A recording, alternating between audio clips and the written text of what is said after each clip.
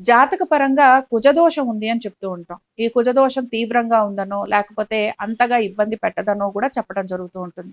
కానీ కుజదోషం అనంగానే అనేక మందిమి భయపడుతూ ఉంటాం. ముఖ్యంగా వివాహానికి సంబంధించి, అలాగే సంతానం కలిగేందుకు విషయంలో గాని, లేకపోతే రుణాల విషయంలో గాని కుజుని ప్రతాపం అంతో ఇంతో మనకి కనపడుతూనే ఉంటుంది.